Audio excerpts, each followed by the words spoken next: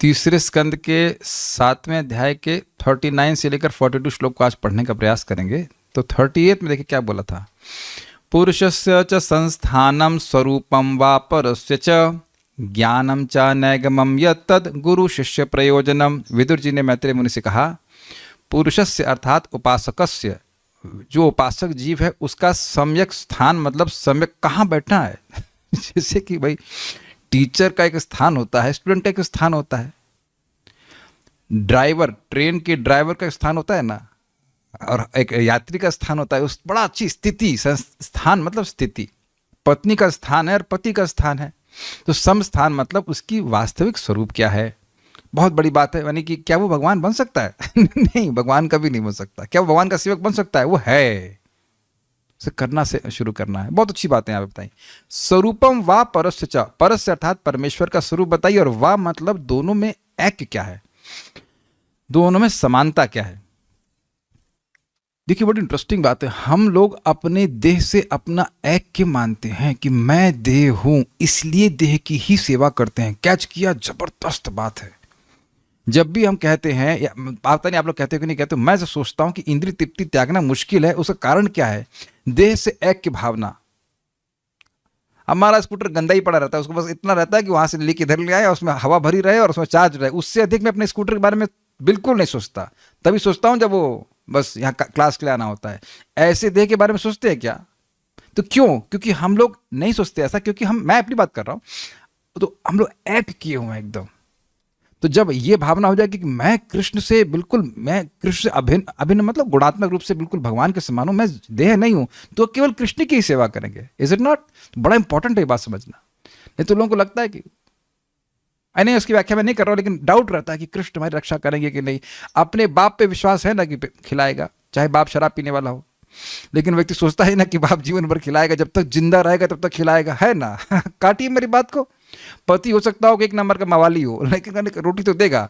तो ऐसा करके विश्वास कर लेते हैं, और भगवान पे विश्वास नहीं होता। भगवान कैसे रक्षा करेंगे? भाई देखिए, गर्भ में तो सब बचाते हैं सबको, हमको पता नहीं गर्भ के बाहर बचाएंगे कि नहीं बचाएंगे। ऐसे करके बड़ी हजार तरह की टंटे लगे रहते हैं दिमाग में। तो ये ऐक्य भावना नहीं हो रही कि मैं कृष्ण का हूं। ये भगवान के नाम उच्चारण से उत्पन्न होता है। चलिए, ये पूछा। उसके बाद कह रहे हैं ज्ञानम च नैगमम यत्तद्। नैगम मतलब निगम, निगम मतलब नैगम मतलब निगम का, अर्थात वेद का।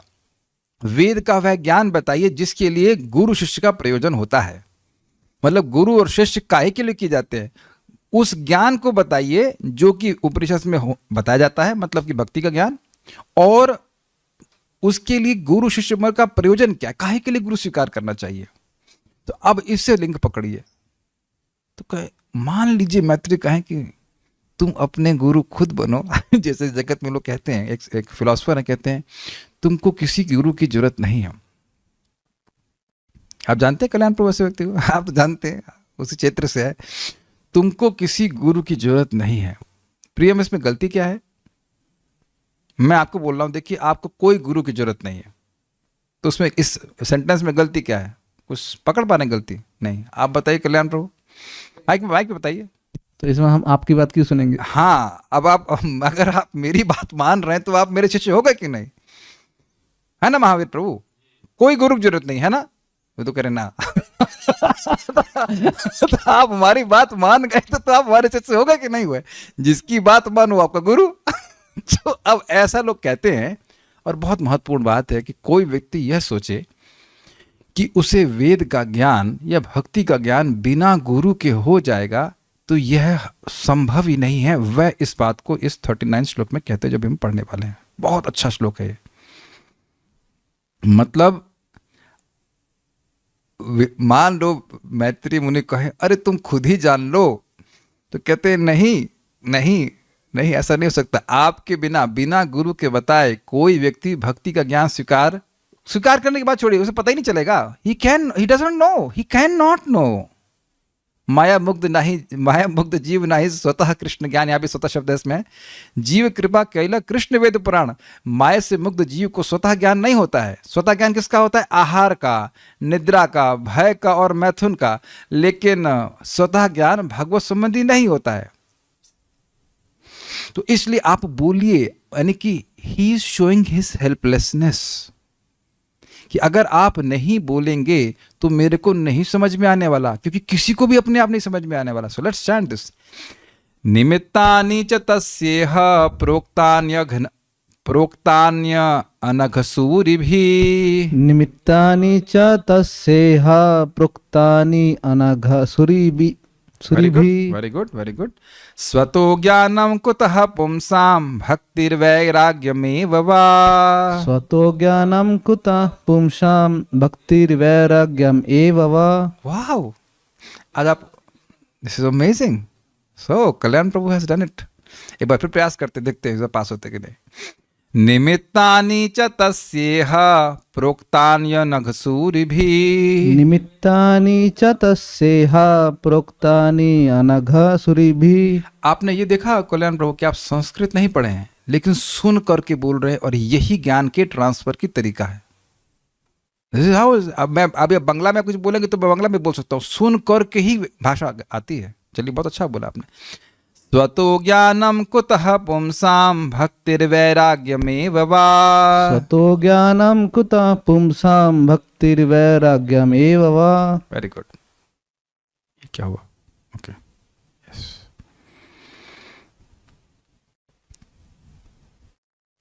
भगवान के निष्कलुष भक्तों ने ऐसे ज्ञान के स्रोत का उल्लेख किया है. कैसे ज्ञान का स्रोत? जिसका पिछले श्लोक में वर्णन हुआ.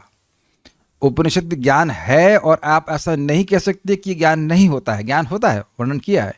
ऐसे भक्तों की सहायता के बिना कोई व्यक्ति भला किस तरह भक्ति तथा वैराग्य के ज्ञान को पा सकता है? देखिए, बात बड़ी इंपॉर्टेंट है. निष्कलुष का मतलब क्या है? जो पवित्र हुआ है चित्त में, उसको बात ये समझ में आएगी कि जीव भगवान नहीं हो सकता.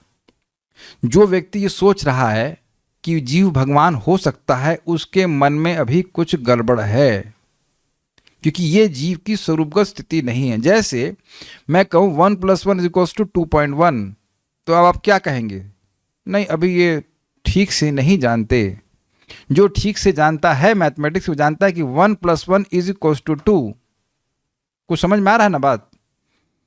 ऐसा नहीं कि आपका मत और मेरा मत और तेरा मत और किसी और का मत, इसमें कुछ भी, जहां कोई भी व्यक्ति बोल दे कि आप भगवान बन सकते हैं, या कोई व्यक्ति भगवान बन सकता है, या हम भगवान थे और भूल गए हैं फिर भगवान बन, दिस इज ऑल नॉनसेंस. किसी भी तपस्या के बल पर हम कभी भगवान बन ही नहीं सकते. असंभव साध्य को साधा नहीं जा सकता है. तो जो परंपरा में ज्ञान प्राप्त करते हैं, उनको ही निष्कलुष भक्त कहा जाएगा. प्रभुपाद इस बात को कहते हैं कि बहुत सारे सूरी होते हैं, लेकिन अनघ सूरी नहीं होते. सूरी मतलब विद्वान, लेकिन पाप कुछ है, इसलिए ये संबंध तत्व नहीं समझ में आ रहा है कि हम कृष्ण के नित्य सेवक हैं. समझ पा रहे हैं? अब ये देखना, भी अनुवाद दिखाता हूं, बहुत अच्छा श्लोक है. हे अनघ, हे निष्पाप सूर्य भी विद्वान भक्तों द्वारा, नहीं, हे नहीं आना चाहिए था इसमें, हे नहीं आएगा. अनघ सूर्य भी निष्पाप विद्वान भक्तों द्वारा तस्य, उस परतत्व विषय ज्ञान के, यह इस जगत में निमित्तानि, ज्ञान के स्रोत के विषय में प्रोक्तानि कहा गया है. निमित्त का मतलब होता है कारण. निमित्त कारण नहीं सुनते आप? हाँ, तो उस बरस से, मतलब परमेश्वर का ज्ञान लोगों को हो, तो इसको ज्ञान कैसे होगा? तो जो निष्पाप सूरी हैं, अर्थात जो विद्वान हैं और निष्पाप हैं, उनके द्वारा वर्णन किया गया है, और वह वर्णन भगवान के ज्ञान का कारण बनता है. जैसे हम लोग को कैसे मालूम चला कि कृष्ण भगवान है? श्रीला प्रभुपाद जी के प्रवचन सुन करके. प्रभुपाद जी ने तात्पर्य लिखे हैं भगवद गीता को, सुनकर सब लोग पढ़ करके समझ रहे हैं. Is it okay? इससे पहले भी भगवद गीता पे टीकाएं करी गई हैं. प्रभुपाद आप प्रथम स्कंद भगवद गीता के इंट्रोडक्शन में कहते हैं कि कई 100 टीका हैं, लेकिन कोई कृष्ण का भक्त क्यों नहीं बना? तो लोग सूरी तो थे, लेकिन अनघ सूरी नहीं थे. अनघ सूरी का मतलब हुआ निष्पाप सूरी. सूरी मतलब विद्वान. तो जिसके मन में अभी पाप विद्यमान है, वह भगवान श्री कृष्ण को भगवान स्वीकार नहीं करेगा. श्रीमान मुकुंद दत्त प्रभु श्रीला प्रभुपाद जी के शिष्य अपने पिछले प्रवचन में कह रहे थे कि भक्ति में आने से पहले भी भगवद गीता के बहुत सारे संस्करण को पढ़े, और उस समय वह सोच रहे थे कि वो उनको समझ रहे हैं लेकिन जब प्रभुपाद जी की भगवद गीता पढ़े, तब समझे कि भगवद गीता तो बिल्कुल नहीं समझे थे वो. समझ में आया आपको बात? अच्छा, ये अर्थ है इसका। तो जो बोल रहा है उसको खुद को ही नहीं पता कि इसका अर्थ क्या है। तो आप इस बात को समझ लेंगे वहां से, भगवद गीता के 7वें अध्याय से, नमाम दुष्कीर्तनो मूढ़ा प्रपद्यन्ते निराधमा माया अपहृत ज्ञाना आसुरम भावम आश्रिता। ये जो असुर भाव है, इस कारण से व्यक्ति भगवान श्री कृष्ण की शरणागत नहीं होता। तो कृष्ण को भगवान कहना ये तो सही है, लेकिन मैं भगवान हूं यह कहना बिल्कुल गलत बात है। फिर अगर हमने कहा कि हम भी भगवान हैं, तो फिर भगवान कृष्ण भगवान नहीं है, कृष्ण ही भगवान है। कृष्णस्तु भगवान स्वयं, जीवात्मा भगवान नहीं है। ये बात आप, अब आप सोचेंगे ये बात बार बार क्यों कहते हैं। इतना कुछ सुनने के बाद भी लोग कहीं कुछ सुन लेते हैं या किसी के प्रभाव को देख करके उधर भ्रमित हो जाते हैं, और वह यह भी नहीं देखते कि वो बोल क्या रहा है। इसीलिए प्रभुपाद इस बात को बार बार कहते हैं। आप ऑलमोस्ट हर प्रवचन में देखेंगे प्रभुपाद के, और यहाँ पे भी तात्पर्य में बार बार देखेंगे कि प्रभुपाद इस बात को समझा रहे कि जीवात्मा भगवान नहीं हो सकता है।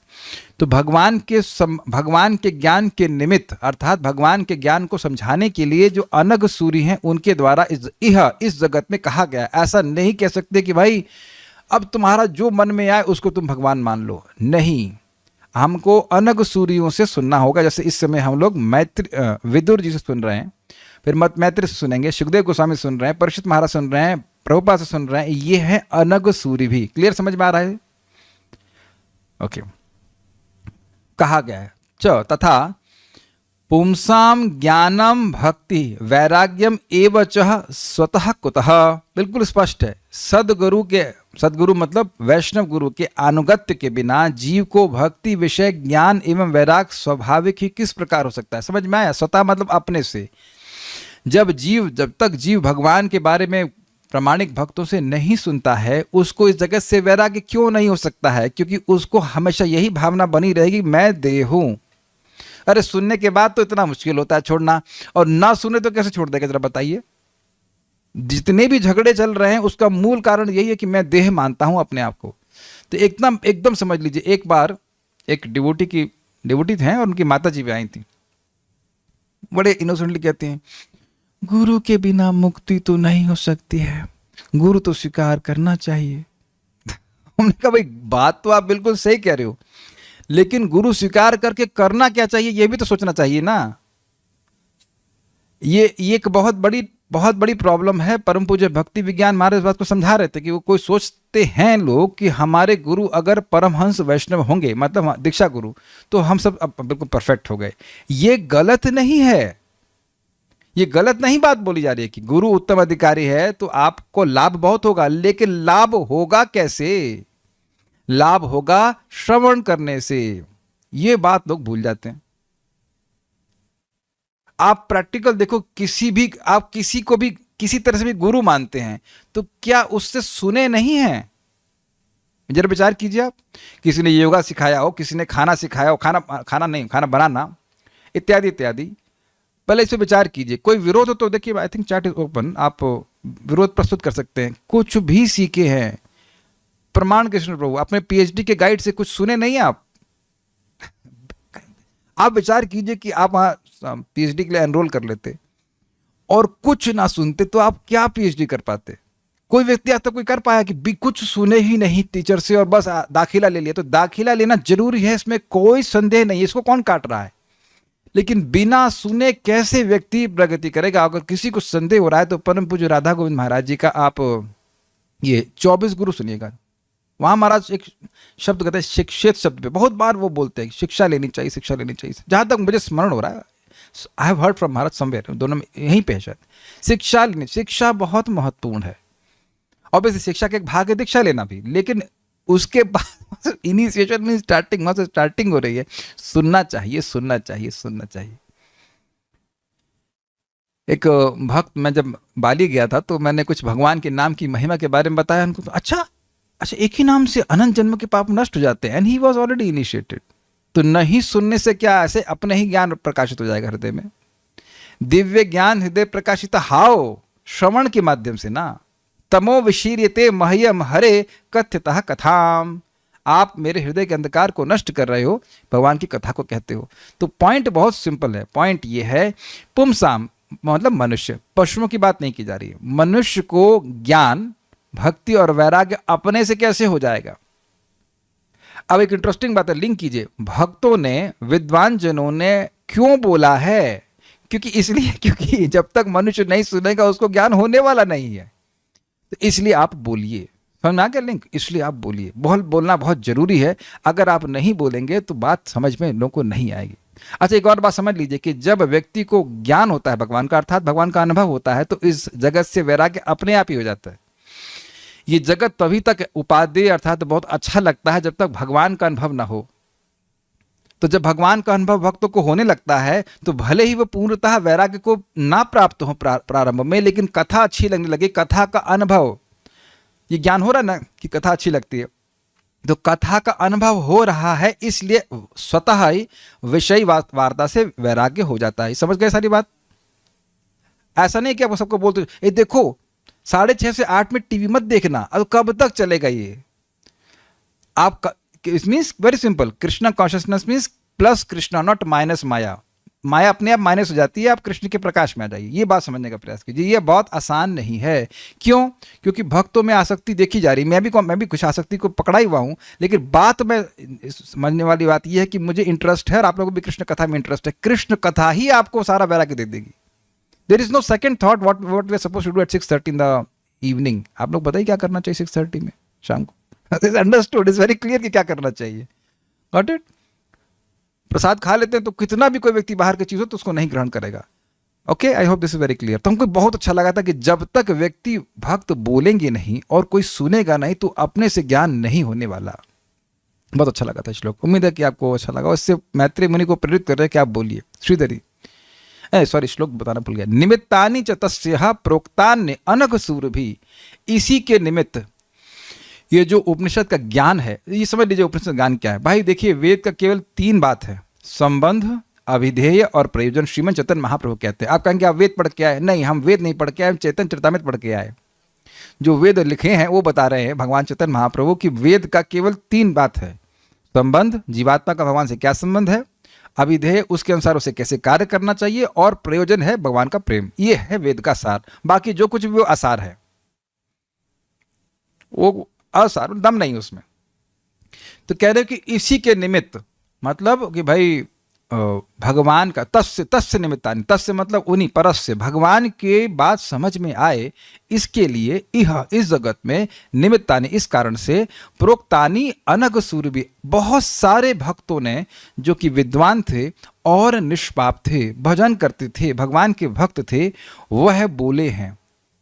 और नहीं तो स्वतः ज्ञानम कुतः पुंसाम, मनुष्यों का स्वतः ज्ञान कैसे हो जाएगा भगवान के बारे में? जब भगवान का ज्ञान नहीं होगा तो भक्ति कैसे होगी? जब भगवान के बारे में कुछ जानेंगे ही नहीं तो भक्ति कहां से होगी? What is that? वक्तुम समर्थोपि न वक्त कश्चिद अहो जनानाम व्यसनाभिमुख्यम। बोल सकते हैं हरे कृष्णा, लेकिन नहीं बोलेंगे। ऐ तो कथा हमें बोलते ना पारी, मैं ये नहीं बोल सकती, ये बोल देगी, मर जाएगी, लेकिन हरे कृष्ण नहीं बोलेगी, क्योंकि भगवान का ज्ञान नहीं है। और जब भगवान की भक्ति नहीं करेंगे तो फिर वैराग्य कहां से आएगा? बहुत अच्छी बात है। तो समझ गए श्लोक, आगे पढ़ते हैं। श्रीधरी, विद्वानों ने उस ज्ञान की प्राप्ति के लिए जिन साधनों को बतलाया है, उन साधनों को आप मुझे बतलाएं, क्योंकि मनुष्यों को ज्ञान, भक्ति तथा वैराग्य की प्राप्ति तो गुरु के बिना अपने आप नहीं हो सकती। और अगर व्याख्या की जरूरत नहीं है, क्लियर है। और एक बड़ी स्पष्ट बात है, अगर कोई प्रमाणिक गुरु के आश्रय में है तो उसको वैराग्य होगा ही। अब इसमें एक और बात बहुत सूक्ष्म समझ लीजिए, बहुत ज्यादा सूक्ष्म है। वैराग्य मतलब अनासक्ति। तो देखिए, पहले की कोई आदत होती है किसी की और वह उसके प्रति अभ्यस्त हो जाता है तो भोग तुरंत छूट ना पाए उसका, लेकिन उसमें उसकी हे बुद्धि होने लगती है। भाई ये पता नहीं मेरी बात समझ में आ रही कि नहीं आ रही। अगर ये बात समझ में आ जाए ना, मजा आ जाए। क्योंकि अनर्थ निवृत्ति में भोग तुरंत नहीं छूटते। मान लो किसी की सोने की आदत है 8 बजे तक, तो अब वो मान लो उठना प्रयास कर रहा है 6 बजे, कहीं एक दिन फिर लैंड करके 8 बजे के टाइम में, तो पुरानी आदत है, रहा पाजी का पाजी नहीं। लेकिन ऐसा नहीं है। ही लेमेंट्स, अरे क्या मैंने समय बर्बाद कर दिया। बहुत बहुत मुश्किल होता है पुरानी आदत को छोड़ना। तुरंत जज मत कीजिए, हृदय में लगता है उसको, अरे टाइम बर्बाद किया। तो इसका मतलब है कि वैराग्य होना शुरू हो गया है। Is it okay? ये चीज है। सारार्थ दर्शनी निमित्तानि अर्थात ज्ञान का हेतु भक्तों की संगति है, यानी कि निमित्त मतलब कारण, भगवान का ज्ञान भक्तों की संगति के बिना होता ही नहीं। महत कृपा बिना बिना कोनो कर्मे भक्ति नए, कृष्ण भक्ति दूरे रहो संसार नहीं क्षय। ये श्लोक तो याद कर लीजिए। भक्तों की कृपा के बिना, ये भक्तों की कृपा है कि वह बोलते हैं, और बोलने में कोई अपना उपकार कर रहे हो, दूसरे का उपकार कर, ये भावना नहीं होती है। बोले बिना रहा नहीं जाता, इसलिए बोलते हैं। इट्स लाइक थम्स अप की बोतल होती है ना, ढक्कन खोलेंगे तो वो करके बाहर आता है। So like that a devotee is enthused to speak about Krishna. Is not that कि हाँ 6:30 हो गए, घंटी चलने में भाई कुछ पढ़ा है ऐसा नहीं होता है। द एंथुजियाज्म इज लाइक, काफी अच्छा एग्जांपल है, is like a champagne bottle. Not very good example, लेकिन इफ है ना, आप प्रभुपाद के प्रवचनों को सुनिए, कितने उत्साहित है परम पूज्य राधानाथ महाराज, उत्साहित है, amazing. They devotees are enthusiastic what talking about Krishna. तो अतः इस हेतु का वर्णन करें, मतलब भक्तों की संगति का वर्णन करें, ये समझाएं कि भक्तों की संगति में श्रवण कीर्तन के द्वारा ही भगवान का ज्ञान मिलता है, ये समझाएं। आप समझ पा रहे हैं किस साधन से भगवान की प्राप्ति होती है? तो भक्तों की संगत से प्राप्ति होती है। ये बोलिए ताकि लोग समझें, नहीं तो लोग सोचेंगे ये कर लें, वो कर दें, ये कर दें और भक्ति मिल जाएगी, और ऐसा लोग करते हैं। श्रवण कीर्तन को छोड़ करके जो कुछ और साधन को पकड़ रहा है, तो उसको अभी समझ में नहीं आया कि ज्ञान कैसे प्रकाशित हो रहा है। Got it? तो इसलिए बोलिए, एम्फसाइज कीजिए, और आप देखेंगे भागवत में बार बार श्रवण कीर्तन को एम्फसाइज किया जा रहा है।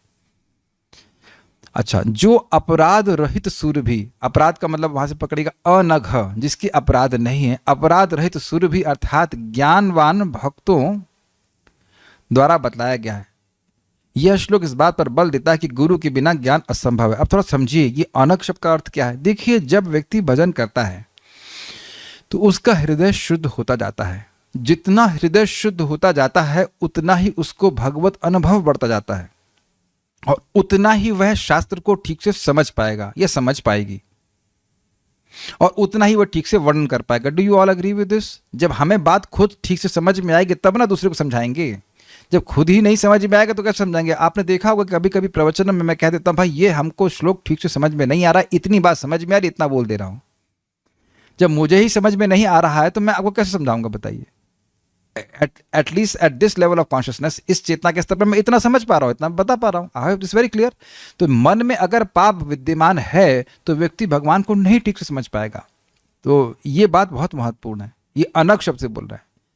देखिए, आप लोग को बड़ा आश्चर्य करेंगे, लेकिन जब आप नाम जब अच्छे से करते हैं तो नाम की महिमा सीधे हृदय में प्रकाशित होती है। शास्त्र में तो आप सुन रहे हैं, लेकिन खुद भी अनुभव करते हैं। तो जो लोग नाम जाप कर रहे हैं उनके प्रति श्रद्धा होगी। और अगर व्यक्ति नाम अपराध रहित ही करता रहता है और अपराधों से बचने का प्रयास नहीं करता है, तो उसके हृदय में एक इल्यूजन क्रिएट हो जाता है, और वह नाम जाप करने वालों को सम्मान नहीं करता।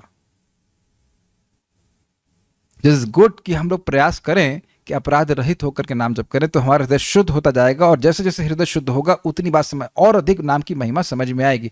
इसको श्रीमन चैतन्य महाप्रभु के उदाहरण से हम समझ सकते हैं। महाप्रभु की कृपा से सार्वभौम भट्टाचार्य, जो महान शास्त्र के विद्वान थे, उनके हृदय में भगवान नाम उच्चारण करने की और उसके डिस्ट्रीब्यूशन की महिमा प्रकाशित हुई। कुछ ग्रहण कर रहे हैं? How important it is to chant Hare Krishna and to distribute Hare Krishna, जो कि ऐसे शास्त्रज्ञ थे जो सन्यासियों को, गृहस्थ होते हुए वह सन्यासियों को प्रवचन करते थे। उनके हृदय में श्रीमन चैतन्य महाप्रभु की कृपा से नाम की महिमा प्रकाशित हुई। आई hope this is very clear. तो कुछ पाप था उनके हृदय में, एटलीस्ट उस लीला के अनुसार, जिस कारण से वह भगवान को निराकार रूप में स्वीकार कर रहे थे। तो महाप्रभु की कृपा से वह ज्ञान नष्ट हुआ। ऐसे ही प्रकाशानंद सरस्वती भी, वो चैतन्य बोल रहे थे, लेकिन कृष्ण मुख से नहीं निकल रहा था। और वहां प्रभुपाद तात्पर्य में कहते हैं कि यद्यपि वह कृष्ण बोलेंगे भी, तो भी वह समझ नहीं सकेंगे कि ये नाम साक्षात भगवान है। तो ये सारी चीजें भगवान स्वयं प्रकट करते हैं, ये बात है। तात्पर्य, ऐसे अनेक अनुभवहीन व्यक्ति हैं जो गुरु की सहायता के बिना आत्म साक्षात्कार के होने की बात कहते हैं। ये मैंने अभी बताया था ना कि तुम्हें किसी गुरु की कोई जरूरत नहीं है, तुम अपने आप आत्म साक्षात्कार कर लो, इत्यादि ऐसी बातें कहते हैं। वे गुरु की आवश्यकता की निंदा करते हैं और इस सिद्धांत का प्रचार करके कि गुरु आवश्यक नहीं होता है, उसके स्थान को स्वयं ग्रहण करने का प्रयास करते हैं। ये क्लियर हो गया? किसी को गुरु स्वीकार करने की जरूरत नहीं है, तो यही गुरु बन गए। समझ आ गया? गुरु घंटाल। किंतु श्रीमद् भागवत इस दृष्टिकोण को मान्यता नहीं देता। अगर कोई भी व्यक्ति बोल रहा है और ये कहता है कि ये मेरा मत है, तो बस उसी दिन से आप उनको गुरु मत स्वीकार करिए। This is my opinion. What is the value of your opinion? Do you know your self? First question is this. तो आप कहेंगे, मतलब मुझसे कोई पूछे do you know your self, भाई मैं बिल्कुल नहीं जानता, इसीलिए हम अपनी बात बिल्कुल नहीं कहते हैं। प्रभुपाद कहते हैं बड़े नम्रता में, I am fool number 1 and that's how we should accept, कि हम 1 नंबर के बेवकूफ़ हैं और यही हमारी बुद्धिमत्ता है कि हम अपनी बात कुछ नहीं कहेंगे। हम गीता के सर पे नहीं, गीता पे हाथ रखकर बोलते हैं जो बोलेंगे गीता से बोलेंगे, उसके अलावा और कुछ नहीं बोलेंगे, कि जो बोलेंगे वो झूठ ही बोलेंगे, वो गलत ही बोलेंगे। Very interesting. तो जब भी किसी बात को समझना हो तो श्रीमद् भागवतम प्रमाण ममलम, श्रीमद् भागवतम को आप रख लीजिए कि भाई ये क्या कहती है, इस संबंध में श्रीमद् भागवतम का क्या मत है, बस वो ठीक है।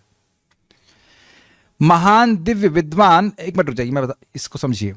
अन्य पुराण का भी उदाहरण देंगे कि वहां यह कहा गया है, वहां वह कहा गया, तो समझिए कि वो पुराण धोखा देने के लिए लिखा गया है। क्यों? कोई तमोगुणी है, कोई रजोगुणी है, कोई इस तरह से अपने को देह मान रहा, तो उसकी चित्त को देख करके बात बोली जा रही है।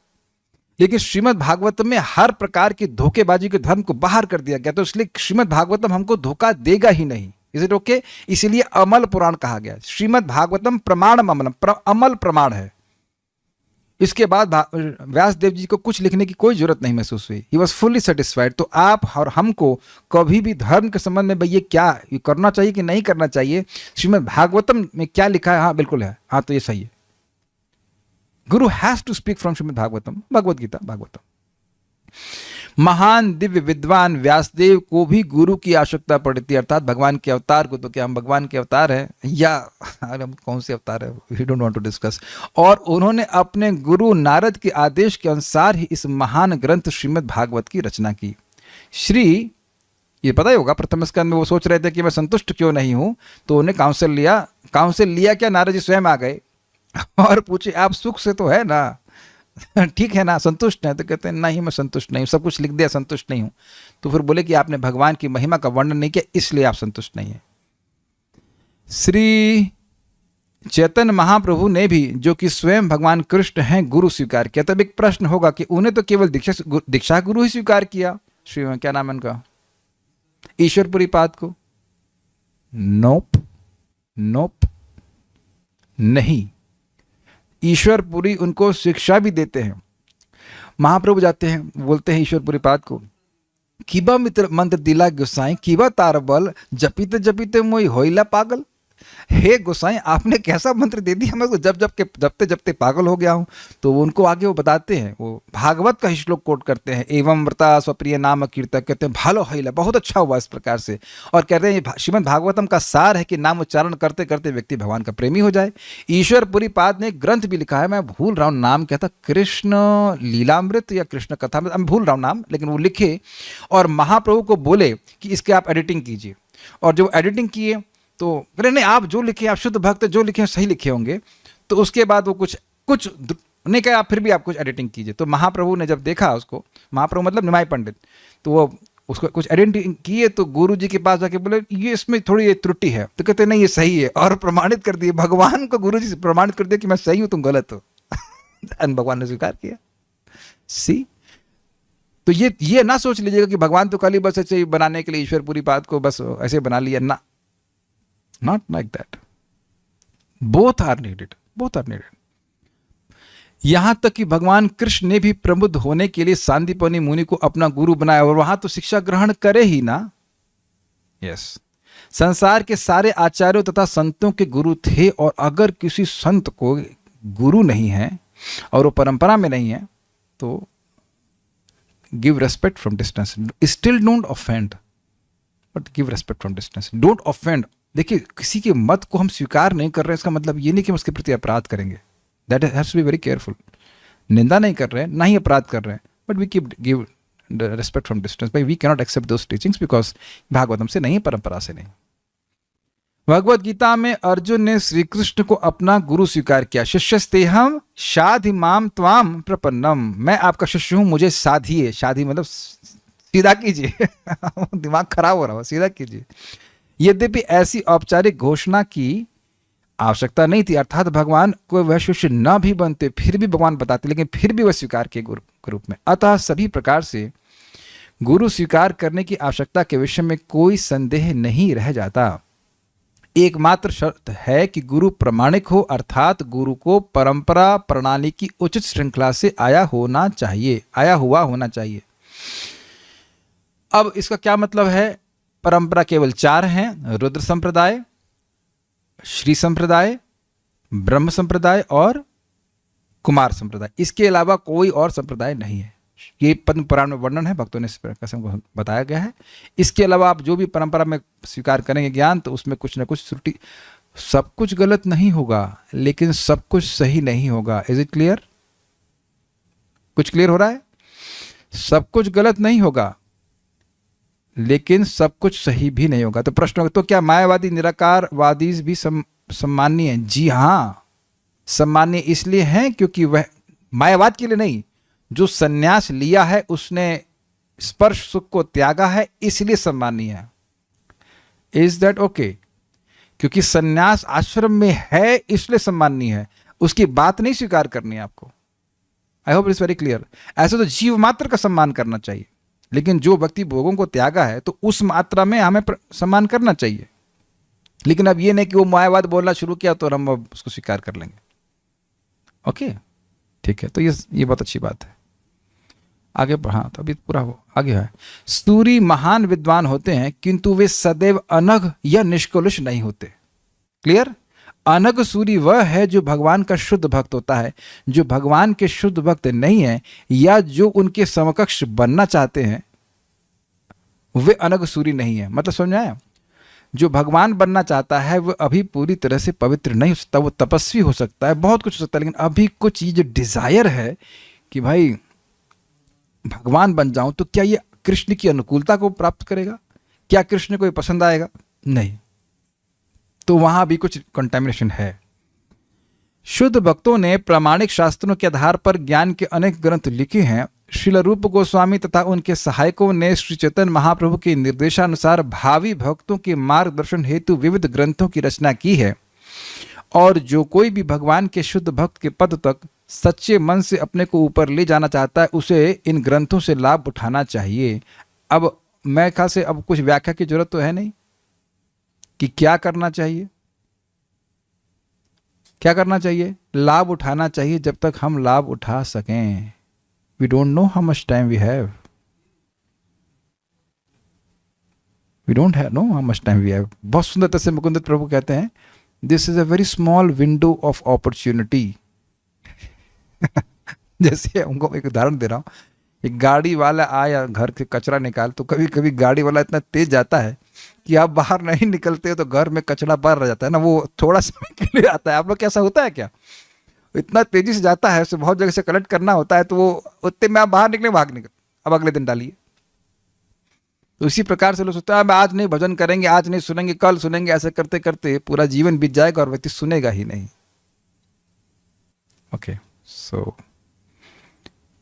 क्या जीव को भोगने की इच्छा उसके भगवान बनने की ही इच्छा है? बिल्कुल सही, बिल्कुल सही। और आप बहुत अच्छा आपने बोल दिया। आज मैं से विचार ही कर रहा था प्रभुपाद की बात पे कि हम लोग भोक्ता बनना चाहते हैं, मतलब एंजॉयर, और भोक्ता कौन है? कृष्ण। तो जैसे ही हम भोग की इच्छा करते हैं तो हम स्वामी बनना चाहते हैं। स्वामी कौन है? कृष्ण। तो अब व्यक्ति अगर स्वामी बनना चाहता है तो स्वाभाविक सी बात है कि व्यक्ति भगवान बनने के प्रयास करेगा। सिंपल सी बात है, ठीक है ना? ये बात है। एक मिनट ना, नेक्स्ट श्लोक मेरे पीछे बोलिए। एतान में पृच्छतः प्रश्नान हरे कर्म विवित्सया। बोलिए। एतान में पृच्छतः प्रश्नान हरे कर्म विवित्सया। ब्रूहि में ज्ञस्य मित्रत्वाद अजया नष्ट चक्षुषः। ब्रूहि में ज्ञस्य मित्रत्वाद अजय नष्ट चक्षुषा एतान् मे पृच्छतः प्रश्नान् हरेः कर्म विवित्सया। एतान् मे पृच्छता प्रश्नान् हरे कर्म विवित्सया। ब्रूहि मे ज्ञस्य मित्रत्वाद् अजया नष्ट चक्षुषः। ब्रूहि मे ज्ञासमित्रद्वाद अजय नष्ट चक्षुषा। ओके। हे मुनि, मैंने आपके समक्ष इन सारे प्रश्नों को अर्थात पूर्ण पुरुषोत्तम भगवान हरि की लीलाओं को जानने के उद्देश्य से ही रखा है। आप सबों के मित्र हैं, अतएव कृपा करके उन सबों के लाभार्थ जिनकी दृष्टि नष्ट हो चुकी है उनका वर्णन करें। अन्वय। अजया, अजया मतलब अजा मतलब माया शक्ति, बहिरंगा शक्ति अविद्या द्वारा नष्ट चक्षुषः, जिसकी ज्ञान दृष्टि नष्ट हो गई है, मतलब हम सभी लोगों की। अज्ञस्य में मित्रत्वात्, ऐसे मुझ अज्ञ के प्रति बंधु भाव से हरे कर्म व्यवसाया, श्री हरि के चरित्र को जानने की इच्छा से पृच्छतः में एतान प्रश्नान, मेरे द्वारा आपके निकट किए इन सभी प्रश्नों का ब्रूहि अर्थात कृपा पूर्वक उत्तर प्रदान करें। देखिए बात बहुत सिंपल है कि उनका उद्देश्य केवल भगवान हरि की लीलाओं को जानना ही था। वो जो सारे प्रश्न उन्होंने किए थे जो अन्य वर्णाश्रम के बारे में, उसको केवल विरक्त होने के लिए वह प्रश्न किए थे। एतान में पृच्छतः प्रश्नान, ये सारे प्रश्न जो मैंने आपसे पूछे हैं, हरिः कर्म व्यवसाय, उसका उद्देश्य भगवान श्री हरि के कर्मों को जानने की ही इच्छा है। ब्रूहि, इसलिए बोलिए। क्यों बोलूं? कहते हैं मैं अज्ञस्या मित्रत्वात्, मुझ अज्ञ के प्रति मित्रता के गुण होने के कारण आप बोलिए। आप अज्ञ क्यों हैं? तो कहते हैं अजया नष्ट चक्षुषा, अजया अर्थात अविद्या के द्वारा मेरा चक्षु अर्थात ज्ञान, मेरा बोध, मेरे स्वरूप का बोध नष्ट हो गया है। क्लियर है? एक बड़ी सुंदर बात है कि आपने कई बार सुना है मैत्रेय किसके बेटे हैं? मित्रा देवी के बेटे हैं। तो यहाँ पे टीका में बड़ा सुंदर कहा कि इनको मित्र इसलिए नहीं कह रहे यहाँ पे कि ये मित्रा देवी के बेटे हैं, इसलिए कहते हैं क्योंकि ये सभी जीवों के मित्र हैं। सुहृद सर्वभूतानाम, बहुत अच्छा टीका था ये, अभी आप देखिएगा टीका में आया था, बहुत अच्छा लगा था ये। सारा दर्शनी कितना सुंदर लिंक है। आप इतने प्रश्न क्यों किए वो कोई, अरे इतने सारे प्रश्न किए। अच्छा ये बताओ कितने प्रश्न किए याद है अब तक? पूरा चैप्टर भर दिया आपने ये क्या है भाई? आप बताओ, कोई व्यक्ति आपके पास आए, बोले आपका नाम क्या है, आपके पिताजी क्या करते हैं, आपने कहाँ तक पढ़ाई किया दे तरह प्रश्न करे तो आप चिढ़ जाएंगे, भाई ये क्या है, इतने सारे प्रश्न काहे को करते हैं, है ना? तो मान लो कहें कि आप इतने प्रश्न क्यों करते हैं, तो कहते हैं कृपया भगवान हरि के कर्मों एवं उनकी परिचर्या आदि के विषय में जानने की इच्छा से ही पूछे गए इन प्रश्नों का उत्तर दें। मतलब टोटल प्रयोजन था भगवान हरि की लीला का श्रवण करना। ये देखिए मैं फिर रिपीट कर रहा हूँ, कृष्णांश प्रभु का प्रश्न था, शायद वो कल नहीं थे। प्रश्न यही था कि भाई जब वर्णाश्रम आदि से सुन चुके हैं पहली बातें, वो बोर हो चुके हैं, तो फिर काय को पूछ रहे हैं। श्रीमद् भागवत में ये बात आप बार बार देखेंगे कि हो सकता है कि वो जो श्लोक सुन रहे हों, इन हैंड श्लोक जो हो, उसमें भगवान का यश न हो, लेकिन अगर आप प्रसंग को देखेंगे तो प्रसंग था भगवान के यश के संबंध में ही। Is that clear? तो इनके ये नहीं तो ये प्रश्न कर ही नहीं सकते। उन्हें कौन से वर्णाश्रम का पालन करना है, विचार कीजिए। विदुर जी ने कौन से वर्णाश्रम का पालन करना है? वो तो अब परमहंस की स्थिति में पहले से ही है। तो कृष्ण कथा को ही उस सारे प्रश्नों का पर्यवसान, कल्मिनेशन, वह भगवान के यश में ही आएगा। आप कहेंगे लोक लोकांतर की बात करेंगे तो बात आएगा ना कि लोक है किसका, ये पृथ्वी लोक किसका है, भुवर लोक किसका है? भगवान के द्वारा सृष्टि हुई है। तो भगवान के द्वारा सृष्टि हुई है। इस जगत में एक बंगला देख लेता है तो व्यक्ति सोचता है अरे भाई कितना बड़ा व्यक्ति होगा, है ना? छोटी सी हाई राइज बिल्डिंग, छोटी सी हाई राइज बिल्डिंग देख लेते हैं, सोचते हैं अरे भाई कितनी बड़ी कंस्ट्रक्शन कंपनी है। तो इस प्रकार से अगर कोई वर्णन करे कि पृथ्वी लोक में ये महिमा है और वहाँ की ये महिमा है, तो आप आश्चर्य करोगे ये इतना सामर्थ्य भगवान का। तो अगर वो वर्णन हो रहा है तो वह भी भगवान के यश का ही वर्णन है। तो कहने का आशय यह है कि ये सारे प्रश्न मैंने इसीलिए किए हैं ताकि मैं भगवान हरि के कर्मों को जानना चाहता हूँ। ये लीला है ना भगवान की कि ऐसी जगह सृष्टि की है जहाँ पे जामुन इतना बड़ा है कि वो फूट जाता है तो उससे रस की नदी बन जाती है और फिर उसी से आगे जाकर के सोना बन जाता है। Is it not interesting how Krishna creates? ये आएगा 5वें स्कंद में, ठीक है? क्योंकि जब इन सभी प्रश्नों का उत्तर प्राप्त हो जाएगा तो मैं अन्य सभी वस्तुओं से उदासीन होकर भगवान की सेवा में पूर्णतः एकाग्र हो जाऊंगा, तथा जब मेरा पूरा मन भगवान पर केंद्रित होगा तो मैं उन्हें प्राप्त कर सकता हूं। तो आप समझ गए ना, हरि की चर्चा क्यों सुनना चाहते हैं? हरि की महिमा सुनेगा और तोलेंगे को व्यक्ति, भाई भगवान की भक्ति करने से इतना लाभ है और इन सब चीज़ों से, वर्णाश्रम आदि की चीज़ों से इतना लाभ है, तो तोल के समझ लेगा कि भगवान की भक्ति करना श्रेष्ठ है। Got it? जैसे आपने सुना है ना श्लोक को, जयति जयति नामानंद रूपम मुरारे, तो वहाँ तोला गया है, विरमित निज धर्म ध्यान पूजा यत्नम। विराम दे दिया, क्या? विरमित निज धर्म। भाई हमसे नहीं हो सकता धर्म, हमसे नहीं होता, ये गृहस्थ ब्रह्मचारी सन्यासी हमसे नहीं हो पाएगा। अच्छा, बड़े कष्ट है उसमें। विरमित निज धर्म, ध्यान करने में मन लगाओ, मन लगाना बड़ा कठिन है। और पूजा और नहाने का सिस्टम, नहाओ और बहुत सारी पवित्रता का देखना पड़ता है, वह भी नहीं। और पूजा और आदि मतलब योग अभ्यास, ये सब हमसे नहीं हो सकता है। हाँ, बहुत सारी चीज, उसका हम आध्यात्मिकता में प्रगति नहीं कर पाएंगे। और उधर तोल दिया कि भाई इधर तोलिए, तो क्या कृष्ण का नाम है वो कैसे भी आप जब कीजिए, किसी तरह कथम अपि सक्रदातम मुक्तिदम प्राणी नाम्यत, किसी प्रकार से अगर वो एक बार भी जीव बोलता है तो भगवान का नाम उसे मोक्ष प्रदान करता है। तो आप समझ गए ना। तो इनकी बात को रख करके इधर तोलते हैं, मतलब स्वधर्म आदि को तोल रहे हैं और उधर आप भगवान के नाम की महिमा को तोल रहे हैं। तो अब व्यक्ति भगवान की नाम की महिमा को समझ करके और उधर उन सब चीज़ों को छोड़ देगा। तो इसलिए वहाँ पे थोड़ा पूछ रहे हैं, ताकि इधर भगवान की बात ही बेसिकली भगवान की बात सुनना चाहते हैं, लेकिन इधर थोड़ा तोल करके सुना, ठीक है इनकी इतनी रेंज है और हम इधर को नहीं करने वाले। और जब भगवान पे मन केंद्रित होगा तो भगवान को प्राप्त कर लूंगा। देखिए, समझने का प्रयास कीजिए, भगवान को प्राप्त करने का मतलब ही है कि मन भगवान में जाने लगे। प्रेमांजन छुरित भक्ति विलोचने न संतः सदैव हृदयेषु, हृदयेषु मीन्स चित्त में, हृदयेषु विलोकयंती, यही अर्थ हुआ। समझ आ गया? परम पूज्य राधा गोविंद महाराज इसको बहुत अच्छे समझाते हैं। भगवान कोई ऐसी वस्तु नहीं जो कहीं बाहर से हो, कहीं वो तो सब जगह है, अंतर बहिरवस्थितम। लेकिन मन भगवान में लगने लगा मतलब भगवान की प्राप्ति होगी। क्या प्रमाण है? मय्येव मन आधस्व मयि बुद्धिम निवेशय निवेश मय्येव अथ ऊर्ध्वम न संशय। भगवद गीता 12वां अध्याय कि मुझ में ही मन को लगाओ, मुझ में ही बुद्धि को लगाओगे, तुम मुझ निश्चित रूप से मेरे पास आओगे। और दूसरा अर्थ है कि उन्हीं के संग ही रह रहे हो तुम। We are where our consciousness is. अच्छा, आप लोग कभी अनुभव होता है कि आप माया में हैं? हो सारे परमहंसों को मैं क्लास दे रहा हूँ, अरे भाई ये तो बड़ी दिक्कत है। ओके, हैंड रेस करने की जरूरत है, ऐसे गर्दन हिला दो। तो माया में रहने का मतलब क्या है? मन माया के विषयों की तरफ जा रहा है। अच्छा, यह महसूस होता है कि कभी कभी कृष्ण भक्त कॉन्शियस भी हैं।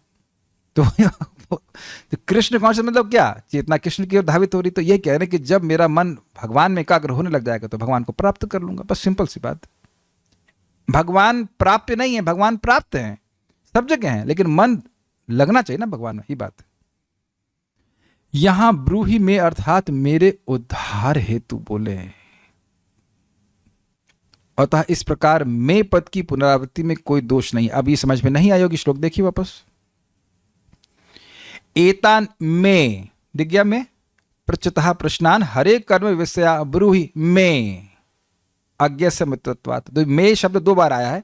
तो कह रहे हैं कि यहां पे जो पहला में है इसका संबंध है कि भाई मेरे द्वारा पूछे गए प्रश्न, और दूसरा मैं का संबंध है कि मुझ अज्ञ का उद्धार करने के लिए बोलिए। तो ये मैं की पुनरावृत्ति होने के बाद इसमें कोई दोष नहीं, क्योंकि मैं को अलग अलग कंटेक्स्ट में बोला गया है। ठीक है। मैत्रेय को मित्रत्वात् अर्थात मित्र कहकर संबोधित करने का अभिप्राय है कि यद्यपि वे मित्र के पुत्र हैं तथापि वे संपूर्ण जगत के मित्र भी हैं। और देखिए, कोई भी मित्र है वह अपने मित्र का लाभ करना चाहता है।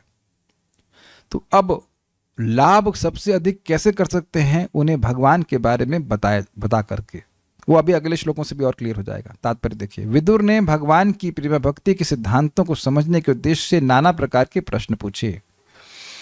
जैसा कि भगवद गीता में वर्णन हुआ है, भगवान की भक्ति अनन्य है और भक्त का मन अनिश्चितताओं की अनेक शाखाओं की ओर नहीं मुड़ता। ये समझ में आया? यह कर लूं, वह कर लूं, इससे मेरा कल्याण हो जाएगा, उससे मेरा कल्याण हो जाएगा, ऐसी अनिश्चितता नहीं रहती है।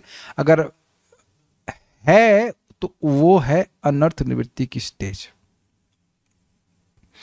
अनर्थ निवृत्ति के बाद जो निष्ठा की स्थिति हो जाती है, इसमें इसका अर्थ है, उसको रखा गया निष्ठा मतलब विक्षेप अभावात, विक्षेप का अभाव। भक्ति कर लूं, आज सुबह से भक्ति कर रहे हैं, कुछ अब और कर लें, दैट इज कॉल्ड विक्षेप। समझ गए ना? ऑप्शन, कृष्ण की सेवा भी कर लें, कृष्ण की सेवा क्यों नहीं करें, बिल्कुल करेंगे, लेकिन हमेशा नहीं करेंगे। तो ये जो विक्षेप है ये शुद्ध भक्तों में नहीं होता है। हम लोग, एटलीस्ट मैं अपनी बात कर रहा हूँ, तो मेरा तो पेंडुलम की तरफ चलता रहता है, लेकिन ये पेंडुलम चलते चलते धीरे धीरे करके ये पेंडुलम रुक जाएगा। घबराना नहीं चाहिए, धीरे धीरे करके टेंडेंसी भगवान की सेवा की तरफ ही होने लगती है। You can't force people to be pure devotees immediately. You can't force me, I can't force you, we hear and we make progress. Vidura का उद्देश्य भगवान की उस सेवा में स्थिर बने रहना था जिसमें मनुष्य इधर उधर भटके बिना लीन रहता है। स्पष्ट समझ में आ गया कि मैं अपने मन को फिक्स कर लूं भगवान में। उन्होंने मैत्री मुनि की मित्रता का दावा इसलिए नहीं किया कि वे मित्रा के पुत्र थे, किंतु इसलिए किया कि मैत्रेय वस्तुतः उन सबों के मित्र थे जिन्होंने भौतिक प्रभाववश अपनी आध्यात्मिक दृष्टि खो दी है। नष्ट दृष्टा समझ गए ना, जिनको नहीं समझ आ रहा है कि वह देह नहीं है। देखिए, इस जगत में आप किसी ब्राह्मण को मिलेंगे, सामान्य ब्राह्मण, कर्मकांडीय ब्राह्मण, तो वह केवल यही बताएगा कि हम भौतिक रूप से कैसे लाभ प्राप्त कर सकते हैं। कोई वास्तुविद है, वास्तु जानने वाला है, कोई ज्योतिषविद है, कभी नहीं बताएगा कि आपकी आध्यात्मिक प्रगति कैसे हो सकती है। स्वीकार है बात आपको? अगर किसी पंडित जी से मिलिए, और ये हमारी आज की स्थिति नहीं है। आप भागवत में आपको 4 स्कंद में देखेंगे, क्या नाम है उनका, प्राचीन बरिषित, प्राचीन बरी, सॉरी, हाँ बरिषित कहते हैं, बरी कहिए। वो राजा थे पूरे विश्व के और खूब कर्मकांडी यज्ञ किए, और कोई ब्राह्मण आकर के नहीं बताया उनको कि भाई भजन करो भगवान का। तो नारद जी आकर के उनको कथा सुनाएंगे, क्या नाम था, पुरंजन उपाख्यान। तो अब वो सुन करके वो प्रश्न करते हैं, भाई इतने ब्राह्मण आए तो क्या मैं योग्य नहीं था इसलिए वो भगवान का ज्ञान नहीं दिए, या उनको ही नहीं पता था? तो देखिए, एक बात स्पष्ट है, अगर वह योग्य नहीं होते तो नारद जी के बोलने पर स्वीकार कैसे करते? तो बात तो ही नहीं थी, लेकिन उनके मन में प्रश्न था। तो नारद जी कहे कि भाई उनको ही नहीं पता था। तो बहुत सुंदर एक भक्त ने मुझे बात बोली थी, हमको बड़ी अच्छी लगी कि एक ब्राह्मण आपको बता सकता है कि आप इस जगत में अच्छे कैसे रह सकते हो, और ये सत्य बात है। लेकिन वैष्णव हमको बताते हैं कि इस जगह से बाहर कैसे निकल सकते हो। बहुत अच्छा लगा था बात। I hope this is agreeable to everyone, है ना? कुछ तो आप लोगों को सबका अनुभव होगा कि किसी ब्राह्मण से चर्चा करते होंगे, हाँ तो नौकरी ऐसे लग जाएगी, तुम्हारा धन ऐसे आ जाएगा, ये सब बातें बताते हैं। लेकिन भगवत प्राप्ति कैसे होगी वो कभी नहीं बताते, जबकि बताना चाहिए, लेकिन पता होगा तब ना बताएंगे। बल्कि एक भक्त गए थे भरतपुर में प्रचार करने के लिए, तो उस घर में वो लोग जप करते थे, उनका लड़का भी था, वो 35 साल का था, नौकरी कर रहा हो, जप करना शुरू किया उसने। तो वहां उस दिन एक ब्राह्मण भी आया, तो कहते अभी तुम्हारी उम्र थोड़ी ना है जो भजन करने की। So this can be there even from Brahmanas.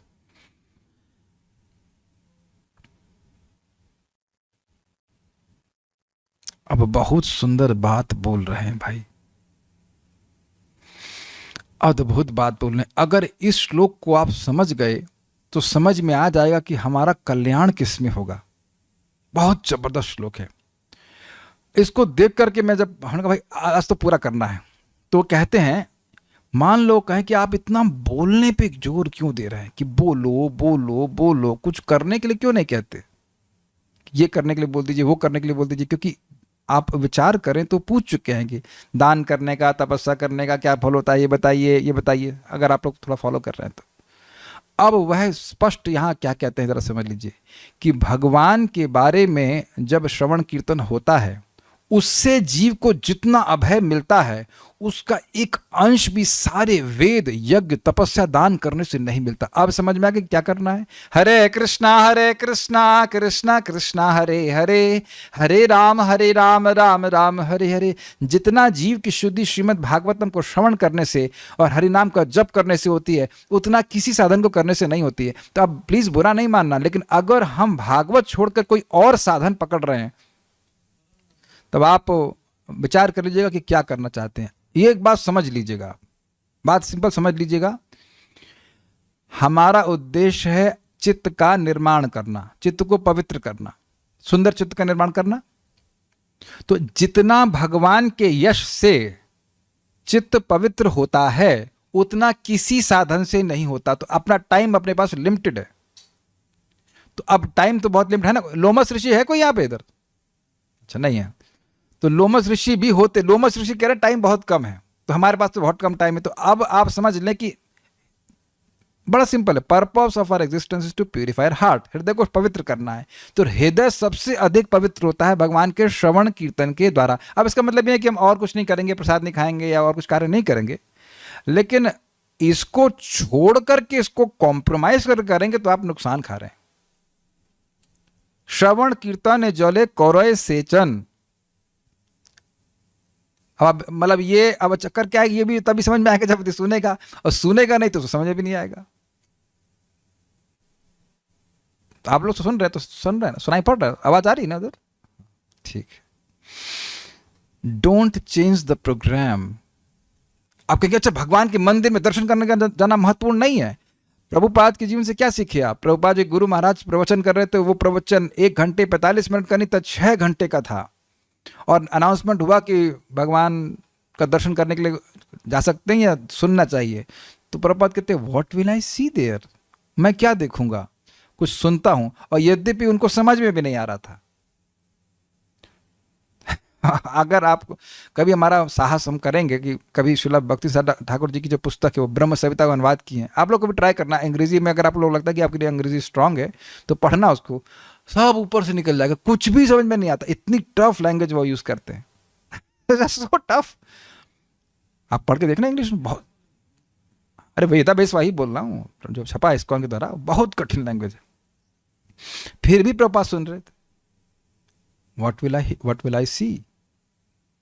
तो एकदम बहुत बढ़िया श्लोक है ये। श्लोक तो एकदम चमकना चाहिए कि हमें अपने को करना क्या। सबसे अधिक फोकस है हियरिंग। जितना भगवान के बारे में सुनेंगे उतना भक्ति में प्रगति करेंगे। तो मेरे पीछे बोलिए, सर्वे वेदाश्च यज्ञाश्च तपोदानानि चानघ। सर्वे वेदाश्च यज्ञाश्च तपोदानानि चानघ। जीवा भय प्रदानस्य न कुर्वीरन कलामपि। जीवा भय प्रदानस्य न कुर्वीरन कलामपि। हे अनघ, कौन अनघ? मैत्रेय मुनि। इन सारे प्रश्नों के आप के द्वारा दिए जाने वाले उत्तर समस्त भौतिक कष्टों से मुक्ति दिला सकेंगे। ऐसा दान समस्त वैदिक दानों, यज्ञों, तपस्याओं इत्यादि से बढ़कर है। भुवि क्रीडन्ति ये भूरिदा जनाः। तो जो कृष्ण कथा का दान कर रहा है वह बहुत भूरिदा है, और जो उसको स्वीकार कर रहा है वह भी बहुत भूरिदा है। मतलब जो कथा सुन रहा है वह भी बड़ा दानी है, और जो कथा बोल रहा है वह भी बहुत बड़ा दानी है। किसकी नजरों में? गोपियों की नजरों में। गोपी भाव क्लब। अगर आप गोपियों के अनुगत में चलना चाहते हैं तो हमको श्रीमद् भागवतम को एक एक श्लोक करके पूरा एंड तक सुनना है, अगर जिंदा रहे तो। और वस्तुतः जिंदा तभी है जब भागवत सुन रहे। बाकी टाइम तो आयुर्हरति वै पुंसाम उद्यनस्तंचयन्नसौ यच्छ्रवणते नीतम उत्तम श्लोक वार्तयः। हे अनघ, हे निष्पाप, क्योंकि अनघ सूर्यों के द्वारा भगवान का वर्णन हुआ है, सुना था कुछ देर पहले, और आप अनघ हैं। हे अनघ, हे निष्पाप जीव, देखिए तोड़िए इसको, जीव प्लस अभय प्रदानस्य। तो यानी जीव, जीवा भय प्रदानस्य। तत्व ज्ञान के उपदेश द्वारा जीवों को अभय दान अर्थात भय की मूल अविद्या के नाश के सर्वे वेदाश्च यज्ञाश्च तपोदानानि च कलाम। कला मतलब एक अंश, एक अंश की भी तुलना समस्त वेदों के विभाजन, समस्त यज्ञों, तपस्याओं से अपि न कुर्वीरन नहीं की जा सकती। समझे? श्लोक देखिए, सर्वे वेदाश्च यज्ञाश्च, सारे वेद पढ़ ले, सारे प्रकार के यज्ञ कर ले, सब तपस्या कर ले और हर प्रकार का दान कर ले, लेकिन हे अनघ मतलब हे निष्पाप मैत्रेय मुनि, जीवों के अभय प्रदान करने में कलामपि न कुर्वीरन, जीवों को अभय प्रदान करने में जो उनका योगदान है वह भगवान के यश को सुनने के बराबर एक अंश भी नहीं है। श्लोक याद आ रहा है आपको? सुनो तो सही भाई, बोलने वाले समझ आ जाएगा। What is that? गोकोटि दानम ग्रहणे खगस्या प्रयाग गंगोदक कल्पवास यज्ञायुतम मेरु सुवर्ण दानम गोविंद कीर्तेर्न समम शतांशहि। तो वहां केवल भगवान का नाम की बात नहीं है, गोविंद की कीर्ति किसी तरह से बोली जाए, भगवान का नाम उच्चारण हो, भगवान के यश को बोला जाए, तो कह रहे हैं कि गो कोटि दानम ग्रहणे खगस्य, खग मतलब सूर्य, सूर्य ग्रहण के समय करोड़ों गायों का दान करे। प्रयाग गंगोदक कल्पवासा, प्रयाग में गंगा जी के पास में वह ब्रह्मा जी के एक दिन के बराबर निवास करे, तीर्थराज प्रयाग में। यज्ञायुतम मेरु सुवर्ण दानम, हजारों हजारों यज्ञों में वह ब्राह्मणों को मेरु पर्वत के समान सुवर्ण दान करे, तो भी गोविंद कीर्तिर न समम शतांश, भगवान गोविंद की कीर्ति का, भगवान के यश का वर्णन करने का वह 100 अंश भी नहीं है। भाई भगवान का नाम तो भगवान का वर्णन करना है ही, वो तो कोई कठिनाई है ही नहीं स्वीकार करने में, लेकिन भागवत सुनना, इससे जो पुण्य मिल रहा है, जो तो पवित्रता आ रही, पुण्य मतलब वह कार्य जो भक्ति में प्रेरित करे इसको आगे, और पाप का नाश हो रहा है, तो वह जितना पवित्रता आती है जीव की, उतना और किसी चीज से नहीं आती। और आप देख लेना कि जो भक्त श्रवण कीर्तन में नहीं रुचि रखते हैं, वो 20 साल के बाद भी ज्यादा प्रगति करते हुए नहीं दिखते हैं। तो दोनों चीज करनी है, श्रवणम मीन्स भागवतम श्रवणम, श्रवणम कीर्तनम मीन्स हरि नाम संकीर्तनम, दोनों चीज को समझना चाहिए। कीर्तनी सदा हरि मतलब भगवान के नाम का उच्चारण करना और भगवान की कथा को बोलना, दोनों चीज करना है, दोनों में से किसी को नेग्लेक्ट नहीं करना। जैसे कि मोटरसाइकिल का कौन सा पहिया अधिक महत्वपूर्ण है, प्रियम प्रभु उस पर कुछ प्रकाश डालेंगे? हाँ बताएंगे, ज्ञानी पुरुष है, बताइए नोएडा से आए, बस बताइए, बोलिए। नहीं माइक में बताओ ताकि प्रमाण हो जाए। दोनों ही जरूरी हैं। या अमृत प्रभु मानते हैं ना? ठीक है, सभी लोग मानते हैं ना कि एक पहिए की साइकिल चलाना तो बड़ा मुश्किल हो जाएगा ना, तो सर्कस वाला काम हो जाएगा, तो गिर जाएंगे उसमें, like that. So we become enthused for chanting by hearing Bhagavatam. एक प्रश्न आप जरूर करेगा, तो प्रभु जी आप अपने ग्रुप में ये प्राणायाम के बारे में क्यों बता रहे हैं? भैया प्राणायाम आपके हृदय को शुद्ध करने के लिए नहीं है, उससे करने से आपको थोड़ा जप कर सकें उत्साह से, इसलिए बोला जा रहा है। ऐसा नहीं बोलना है कि आप प्राणायाम करके अपने हृदय को पवित्र कर लेंगे, नहीं तो जितने भी प्राणायाम सिखाने वाले हैं वो सब भगवान के क्या कहते हैं, आत्म साक्षात्कार हो जाते हैं, इसलिए नहीं है। We only accept things which will help us for श्रवणम कीर्तनम। समझा की बात? उन्हीं चीज़ों को हम स्वीकार करते हैं जो हमारे श्रवण कीर्तन के लिए हाउ टू से अनुकूल हैं, बस। इससे तुलना नहीं कर रहे हैं कि वो हरे कृष्ण के बराबर हो गया। I hope this is very clear. Okay, Shridhari आचार्य तत्वों का उपदेश करके, मतलब भगवान का तत्व क्या है, सत्य क्या है, जीव का तत्व क्या है, उसका उपदेश करके जीव को जन्म तथा मरण से मुक्ति प्रदान करके जिस अभय को प्रदान कर देते हैं, सभी वेद यज्ञ और दान मिलकर उस अभय प्रदान के एक अंश को भी नहीं प्रदान कर सकते। मतलब इधर टाइम नहीं बर्बाद करना चाहिए, भगवान के बारे में श्रवण कीर्तन करना चाहिए। और इसी बात को 1.1.2 में कह रहे हैं, सद्यो हृदय विरुद्ध तेत कृत भी सुशुष्ट भी तत्क्षणात् किम वा परैरीश्वर। और कोई शास्त्र पढ़ने की क्या जरूरत है? क्या कोई ऐसा कोई और शास्त्र है जिसके द्वारा तुरंत हृदय में भगवान आ जाते हो? तो उत्तर नहीं आते, तो काय को पढ़ते? ये बात है। समय थोड़ा कम है, बताता हूं। परम पूज्य राधा गोविंद महाराज से, ये तो हमारे सामने घटना है, महाराज तो स्वस्थ थे, बलराम हॉल की क्लास थी, तो एक व्यक्ति बोल रहे थे कि ब्रह्मांड पुराण में तो ये लिखा है और जीव गोस्वामी ये लिखते हैं, तो हम जीव गोस्वामी की बात माने कि ब्रह्मांड पुराण की बात माने? तो भले महाराज समझाए, बड़े प्रेम से नम्रता से समझाए, भाई देखिए, नम्र तो खैर महाराज है, लेकिन थोड़ा सॉफ्ट सब बता रहे थे कि देखिए आपको समझना चाहिए कि ऐसा है, जीव गोस्वामी जी के आचार्य हैं, उनकी बात समझनी चाहिए, वैसा सब। नहीं हम ब्रह्मांड पुराण को माने कि जीव गोस्वामी को माने? तो 3 बार बोले, फिर महाराज गुस्सा होकर बोले, जिस पुराण को लिखने वाला रो रहा है अर्थात व्यासदेव, उसको पढ़ने वाले का क्या हाल होगा? तो ना क्या है को तुम ब्रह्मांड पुराण और यहाँ पुराण वो पुराण पढ़ के भ्रष्ट कर रहे हो अपनी बुद्धि को। भागवत पढ़ो और वो भी आचार्यों के अनुगत में पढ़ो भागवत की वैष्णव स्थान। इतनी सी बात समझानी चाहिए, तो कभी बुद्धि लोगों की जड़ हो जाती है। शास्त्र पढ़ने का प्रयोजन तो समझना चाहिए, काहे को पढ़ रहे तुम शास्त्र? भक्ति प्राप्त करना है। भक्ति व्हाट इज दैट? अनर्थ उपशमो साक्षात भक्ति योगम अधोक्षजे लोकस्य जानतो विद्वंस चक्रे सातो तो संहिताम। अनर्थों का उपशमन केवल भगवान श्री कृष्ण की भक्ति से हो जाता है, लेकिन लोग नहीं जानते, अर्थात अन्य पुराणों को पढ़ने के बाद भी नहीं जानते। इसलिए भागवत पुराण का रचना विद्वान महर्षि व्यासदेव ने किया है। तो और क्या करने की जरूरत है? अनर्थ निवृत्त हो जाए, अर्थ में प्रवृत्त हो जाए, भगवान की प्राप्ति हो जाए, बस खत्म कहानी। तो जब गोल क्लियर होगा तो उसके लिए साधन भी क्लियर होगा। तो कह रहे हैं कि ये जो उपदेश करते हैं, इससे जीव का सबसे अधिक कल्याण होता है। तो दो चीज समझनी चाहिए, भगवान का नाम उच्चारण और भगवान की कथा का श्रवण। इससे व्यक्ति का सबसे अधिक पवित्रीकरण होता है। सारदर्शनी, इससे न केवल मेरा उद्धार होगा अपितु आपको भी पुण्य कर्म करने के कारण महान यश लाभ होगा। अब प्रश्नों का भाई ये कहां से आ गया? देखिए कि कोई कहे कि ये अश्वमेध यज्ञ करके आए, आप ऐसे को किया अश्वमेध यज्ञ? नहीं किया। Any planning? नहीं। तो आप कोई कहे भैया ये अश्वमेध यज्ञ किए, अरे भैया ये अन्न क्षेत्र चलाते हैं, तो इस तरह से लोग प्रसिद्ध होते हैं ना, अरे बड़े विद्वान हैं वेद के, तो यज्ञ करने से, दान करने से, वेद पढ़ने से इस प्रकार से व्यक्ति प्रसिद्ध हो जाता है। होता ही देखा गया है जगत में। तो कह रहे कि ये नहीं, ये जो कथा बोल करके आपको कीर्ति मिलेगी उसका तो कुछ तुलना भी नहीं की सकते। अब आप बताइए, आज से 5000 साल पहले मैत्री मुनि बोले हैं। ओके, जरा विचार कीजिएगा, आप अपने बाबा जी के बाबा जी का नाम बताना। जल्दी से बताओ, एनीवन हियर? बाबा जी के बाबा जी भूल गए ना? थे ना बाबा जी के बाबा जी, नहीं तो वो नहीं होते तो आपके पिताजी भी नहीं होते, और आपके बाबा जी भी नहीं होते, और आपके पिताजी भी नहीं होते, और हम भी नहीं होते, तो थे तो सही। कौन जानता है उनको? इफ यू से हु कांट केयर लेस, कुछ भी रहते हो क्या फर्क। अच्छा मान लो जान भी ली तो क्या होगा? ऐसा वो क्या बोले कि आपके लिए लाभकारी होगा?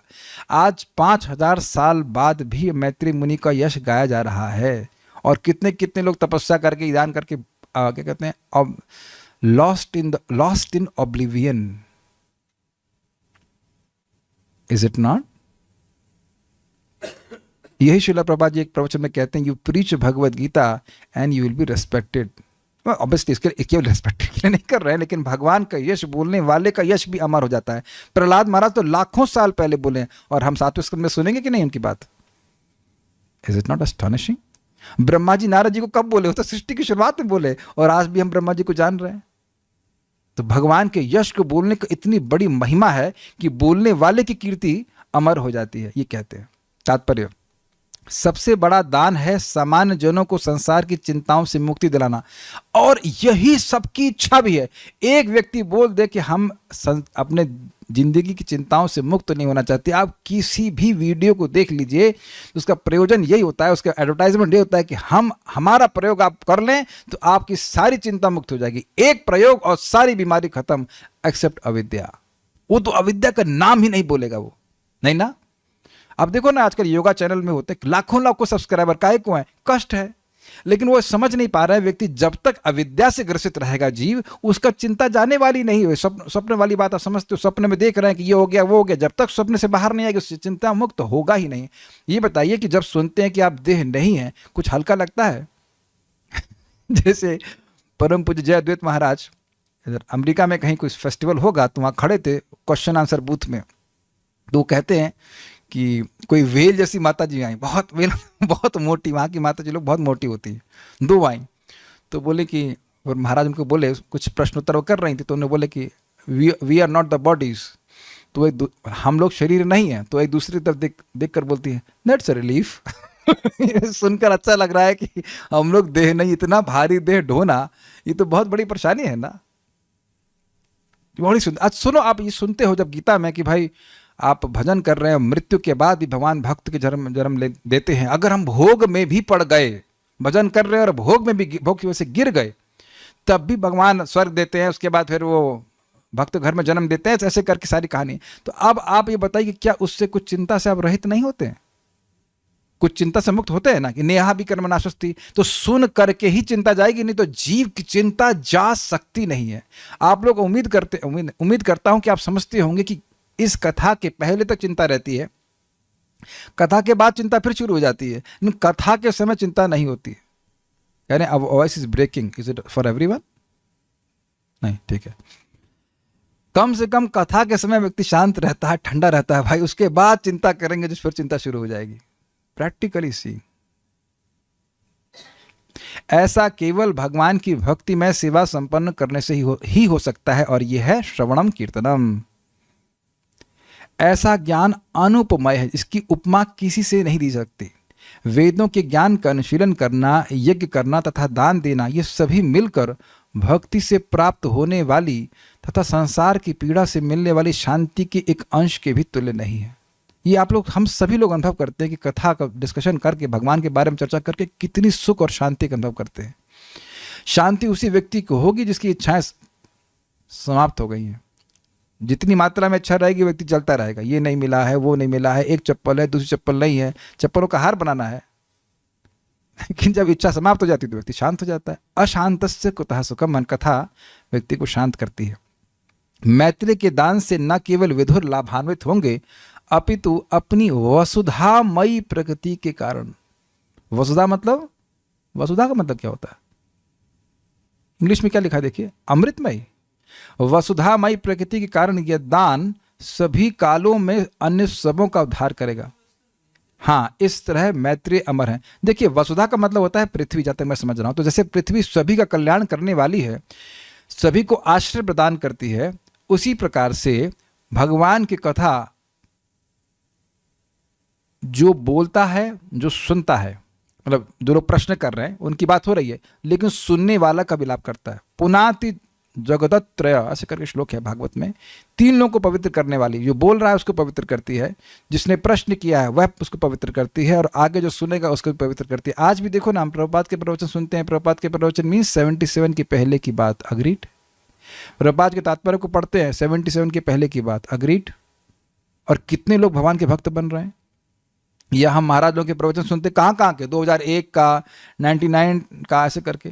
तो सभी का हम लोग सुनते हैं आज हैं, और कितना प्रेरणा मिलती है। तो इसलिए इन सभी चीज़ की रिकॉर्डिंग की जानी चाहिए, ताकि भगवान के यश को सुन करके जीव अविद्या से मुक्त हो। नहीं तो वो जब तक वो मानता रहेगा कि वो देह है, उसकी चिंता जाने वाली ही नहीं है। बहुत अच्छी बात है। वसुधामयी प्रकृति का जहाँ पे प्रभुपाद का जो इंग्लिश में लिखे हैं यूनिवर्सल नेचर, हाँ, क्या मतलब है? देखिए, मान लीजिए आज मैंने किसी को भोजन कराया, तो क्या उस दान का लाभ कल आने वाले व्यक्ति को होता है? या अरे ये छोड़ दीजिए, कल वाली बात छोड़ दीजिए, कृष्ण बलराम हॉल में जा रहे हैं और आप लाइन में पीछे खड़े हैं, तो जब तक आप पहुंचे लोग चट कर गए सब प्रसाद, तो आपको तो उस आयोजन का लाभ नहीं मिला ना। ये तो हमारा दृष्टि, हम लोग अनुभव किए कि प्रसाद बनाया मान लो 1000 लोग के लिए, आगे 1500 लोग, तो अब किस तरह एडजस्ट कर रहे, अब आखिरी के 100 लोगों को बोलना पड़ता भाई प्रसाद नहीं है। कथा में भी ऐसा होता है। आप देखिए, यहाँ हम लोग प्रवचन कर रहे हैं, भगवान की कृपा है, कुछ हो पा रहा है, तो जो लोग आज नहीं भी आ पा रहे हैं वो रिकॉर्डिंग सुनकर के लाभ होता है। क्या रिकॉर्डेड प्रसाद भी खाते हैं आप? हाँ भाई, ऐसा हुआ कि लोग खाए, उसके बाद बच गया, उसके बाद वो लोग आए वो भी खा लिए, ऐसा अक्षय पात्र तो नहीं होता है ना। कहीं देखे आप इस प्रकार से होता है कि, सोचिए ना, मान लीजिए जैसे यहाँ पे तो काफ़ी हॉल खाली है और 4-5 लोग आ जाएंगे, अरे भैया अब 4-5 लोग आ गए, कथा तो कम पड़ जाएगी। ऐसा तो कभी नहीं होने वाला है। Is it not astonishing? दूसरा बात, बड़ी ज़बरदस्त बात है, आज ही कोई व्यक्ति मान लीजिए कथा में आए तो उसे कुछ ना कुछ बात अच्छी जरूर लगेगी। जैसे मैंने आपको बताया था, कल सुबह में क्लास दे रहा था और कोई व्यक्ति आए थे जो सीधे लैंड किए रिवीजन क्लास में। तब उन्हें 12वें अध्याय में क्या समझ में आएगा, लेकिन मेरे सामने खूब हंस रहे थे, खूब खुश हो रहे थे। हमने कहा भाई आपको समझ में क्या ही आ रहा था? करे समझ में कुछ नहीं आ रहा था, लेकिन अच्छा लग रहा था। अब समझ में आया आपको? इज नॉट अस्टॉनिशिंग कि कोई विषय चर्चा हो रहा है जिसके बारे में आपको समझ में नहीं आ रहा और अच्छा लग रहा है? यानी सभी का कल्याण करने वाली भगवान की कथा है। बहुत अच्छा हमको ये बात लगी थी। Hopefully you are appreciating this purpose. अब ऐसा क्या हुआ देखते हैं। श्री शुक उवाच श्री शुक उवाच सैतमा पृष्ठ पुराण कल्पः कुरु प्रधानेन मुनि प्रधानः प्रवृद्ध हर्षो भगवत कथायाम संचोदितस्तम प्रहसन्निवाह। समय कम है तो हम लोग इसको पढ़ते हैं। श्री सुखदेव गोस्वामी ने कहा, इस तरह वे मुनियों में प्रधान अर्थात मैत्रीय, जो भगवान विषय कथाओं का वर्णन करने के लिए सदैव उत्साहित रहते। कैसे एग्जाम्पल दिया था? शैंपेन बोतल सुपर, बस ढक्कन खोलो, आ जाए कोई बोलने के लिए तो उत्साहित। यस, विदुर द्वारा इस तरह प्रेरित किए जाने पर पुराणों की विवरणात्मक व्याख्या का बखान करने लगे। ध्यान दीजिए कि वो अपना यश प्राप्त करने के लिए वो उत्साहित नहीं थे। वे just enthusiastic to speak about Krishna. वे भगवान के दिव्य कार्यकलापों के विषय में बोलने के लिए अत्यधिक उत्साहित थे। अन्वय देखते हैं। श्री शुक उवाच, श्रील सुखदेव गोस्वामी ने कहा, कुरु प्रधानेन, कुरुओं में प्रधान विदुर द्वारा आपृष्ट जिज्ञासा किए जाने पर पुराण कल्पः, जो वेदों के पूरक पुराणों को प्रकाशित करने में समर्थ है। समझ में आई बात? वेदों के ज्ञान को ही पुराण में वर्णन किया गया है और उन वेदों के को वर्णन करने में समर्थ थे मैत्रेय जी, सह मुनि प्रधान, वह मुनियों में प्रधान मैत्रेय जी, भगवत कथायाम, भगवान की कथाओं में, इत्थम संचोदितः, इस प्रकार से सम्यक रूप से प्रेरित होकर, बड़ी अच्छी प्रकार से प्रेरित होकर, विदुर जी ने बड़ा अभिनंदन किया, उनका गुणगान किया और कथा का गुणगान किया। तो इस प्रकार से प्रवृत्त हर्ष, उनका हर्ष बहुत अधिक हो गया था। आप कहेंगे भक्त को तो हर्षित नहीं होना चाहिए, भक्त को भौतिक चीज प्राप्त करके हर्षित नहीं होना चाहिए, लेकिन भगवान की सेवा करने का, भगवान के बारे में बोलने का मौका मिले तो भक्त हर्षित होंगे ही, और नहीं हो रहा है तो भक्त हुआ नहीं। प्रहसन्निवतम, मानो मुस्कुराते हुए विदुर के प्रति आह, अर्थात बोले, बोले आह आह आह नहीं बोले, आह का मतलब होता है बोले। श्री शुक वाचा, स इत्थम इत्थम आपृष्ट पुराण कल्प, इस प्रकार से पूछे जाने पर पुराण कल्प, पुराणों के जो कि वेद के अर्थ के पूरक हैं, उनके अर्थ को प्रकाशित करने में समर्थ मुनि प्रधान, अर्थात मैत्रेय मुनि, कुरु प्रधानेना, जो कुरुओं में श्रेष्ठ हैं विदुर जी, उनके द्वारा इस प्रकार से पूछे जाने पर प्रवृत्त हर्ष, उनको बहुत हर्ष हुआ। और भगवत कथायाम संचोदितस, भगवान की कथा में को बोलने के लिए वह सम्यक रूप से प्रेरित हुए। तम प्रहसन व आह, और उनकी ओर, मतलब कि तम मतलब विदुर जी को मानो मुस्कुराते हुए बोले, मतलब मुस्कुराते हुए बोलने का आशय हो सकता है ऐसा कि वो सारे विषय सोच लिए थे कि आज ये बोलूंगा। जैसे देखिए यहाँ इस क्लास में मैं आया था तो सोचा था कि ये तो सब बोलूंगा भक्तों को, तो भक्तों को अच्छा लगेगा। तो आप देख रहे हैं कि क्लास की शुरुआत से ही हम खुश हैं। इतना नोटिस कर लिया कि नहीं? मुंह तो नहीं लटका ना मेरा मुझे पता है कि ये सब बातें भक्त लोग सुनेंगे तो खुश हो जाएंगे। तो उसी प्रकार से मैं कुछ रिलेट कर पा रहा इस तरह से, क्योंकि मानो पे कोई व्याख्या नहीं हो रही, मैं कुछ अपनी बात समझाने का प्रयास करूँ जो मैं समझ रहा हूँ उससे, कि ही वॉज वेरी हैप्पी, ओ इन्हें सारी बातें बोलने, इससे भगवान का यह यश मैं बोलूंगा, and that's why he was happy. तात्पर्य, मैत्रेय मुनि जैसे महान विद्वान मुनिगण भगवान के दिव्य कार्यकलापों का वर्णन करने के लिए सदैव अत्यधिक उत्साहित रहते हैं, बिकॉज वह इसकी इनकी सुस्वादिता अमृतत्व को अनुभव करते हैं। इस तरह बोले जाने के लिए विदुर द्वारा आमंत्रित किए जाने पर मैत्रेय मुनि हंसते से प्रतीत हुए, क्योंकि उन्हें वास्तव में दिव्य आनंद की अनुभूति, समझ में, यही समझा रहा था आप लोगों को मैं, दिव्य आनंद की अनुभूति क्यों हुई? अब मैं यह बोलूंगा, ओहो ये तो भगवान का यश बोलने के लिए कह रहे हैं, इससे तो बहुत आनंद होगा। समझ में आ गया ना? इस प्रकार श्रीमद् भागवत के तृतीय स्कंद के अंतर्गत विदुर द्वारा अन्य प्रश्न नामक 7वें अध्याय के भक्ति विधान तात्पर्य पूर्ण हुए, और हम आप लोगों को कंग्रेचुलेशन कर रहे हैं कि यू हैव सर्वाइव्ड आप तीसरे स्कंद के 7वें स्कंद तक, 7वें अध्याय तक जीवित बचे रहे सुनने के लिए इसको। This is very good. So we'll move on to 8th chapter now, Krishna willing. अब कुछ पूछ रहे हैं, कुछ बोल रहे हैं क्या?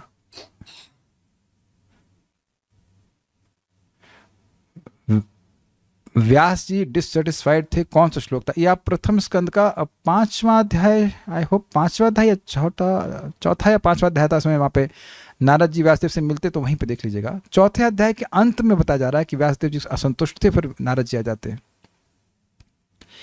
ऐसा हरिनाम हरिकथा श्रवण कैसे करें कि एक ही बार जब तथा श्रवण से आध्यात्मिक आनंद का अनुभव करें? देखिए, ये आप गलत प्रश्न किए हैं।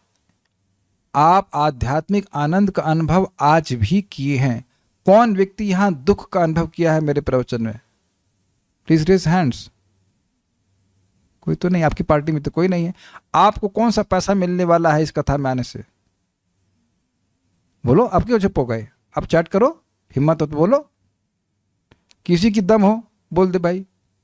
अच्छा, कितने लोगों को मैं अगर पूछूं कि भाई फिजिक्स क्लास में दुख प्राप्त किए हैं तो सब क्या फंसे हैं, केमिस्ट्री पढ़ना पड़ रहा है, सच अ मिजरी। तो आप समझ रहे हैं कि इस समय भी आप सुख का अनुभव कर रहे हैं, और यही जीव गोस्वामी जी कहते हैं कि अनर्थ निवृत्ति के समय में भी सुख मिलता है। सुख तो आपको श्रद्धा के स्तर से मिला, तभी तो दोबारा आए। पहली बार अच्छा लगा तब ना दुकान पे आए दोबारा ना, दुकान है ना कथा की, अच्छा लग रहा है तब ना आ रहे हैं। दुख तो कभी नहीं हुआ, हरि नाम करके कभी दुख मिला है किसी को? एक ना हृदय में शोक होता है, दुख होता है। कोई माता जी या आपके पिताजी या कुछ कड़वी बात बोलते तो उस समय दुख होता है, लेकिन हरे कृष्ण मंत्र किसी को टाइप करके बोल देगा बड़ा दुख लगा, ऐसा कभी नहीं हुआ है। लेकिन जैसे जैसे हृदय शुद्ध होता जाएगा, उस आनंद की इंटेंसिटी बढ़ती चली जाएगी, बस ये बात है। ऐसा मत सोचिएगा कि टेस्ट नहीं है। ओके, क्या कहते हैं भक्त? श्रवणम कीर्तन से सबसे स्पीडी वे है, श्रवण कीर्तन सबसे स्पीडी वे है क्या प्रोग्रेस करने का? आपका क्या रियलाइजेशन है? अभी तक यहाँ पे क्या बोला भी गया? कलाम अपी, बाकी प्रोसेस स्लो है। जी हाँ, प्रभुपाद जी बड़ा स्पष्ट कहते हैं इन प्रिंसिपल्स। रुकिए, श्लोक क्या था? ओहो, कुंती महारानी का श्लोक था ना, बहुत जल्दी प्राप्त करते हैं। क्या श्लोक है वो? कोई याद है किसी को? तव हितम जना, एकदम निकल गया मुख से, किसी को याद आ रहा है? भूल गया अभी मैं। एनीवेज, तब भूल गया अभी, किसी को याद है ना? तब कीर्तम नहीं प्रभु, एक कुंती महारानी का श्लोक था कि शृण्वन्ति गायन्ति गृणन्त भिष्णशः स्मरन्ति नन्दन्ति तवे हितं जना तएव पश्यन्ति अचिरेण तावकं भव प्रवाहो परमं पदाम्बुजम। जो समय तो कम है, 6 मिनट ईमानदारी के तो बता देता हूँ। शृण्वन्ति सुनते हैं, शृण्वन्ति मतलब कोई बोलने वाला तो सुनते हैं, गायन्ति और कोई सुनने वाला हो तो वो गाते हैं, शृण्वन्ति गायन्ति गृणन्ति और कोई ना हो तो खुद ही बोलते रहते हैं, स्वीकार करते हैं, इस प्रकार से पढ़ते हैं। शृण्वन्ति गायन्ति गृणन्ति अभिष्णशः, निरंतर ऐसा करते हैं। और स्मरन्ति नंदन्ति, और जो बात कथा में सुनी उसको स्मरण करते हैं और आनंदित होते हैं। आहा, क्या बात सुनी, बहुत अच्छी बात सुनी। तो क्या? तव हितम जना, आपकी हित अर्थात लीला कथा को, तत्व को जो सुनते हैं, तो क्या? तएव पश्यन्ति, वही देखते हैं। अचिरेण, तएव पश्यन्ति अचिरेण तावकम, और बहुत जल्दी देखते हैं। और तावकम, और आपको ही देखते हैं, आपके अवतारों को नहीं देखते। और आपके चरण कमल कैसे हैं? तो कहते हैं भव प्रवाह परम पदाम्बजम, ऐसे चरण कमल को देखते हैं जो भव प्रवाह को रोकने वाले हैं। तो प्रमाण हो गया। तो हमें सबसे ज्यादा इसे करना चाहिए, क्यों नहीं?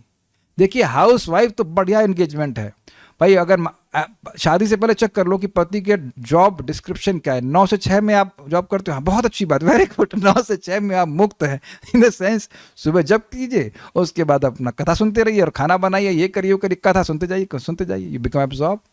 क्या डिफिकल्टी है भाई? प्रभुपाद जी के तात्पर्य भी तो रिकॉर्डेड कीर्तन है ना, तो रिकॉर्डिंग का भी लाभ है, इज इट नॉट?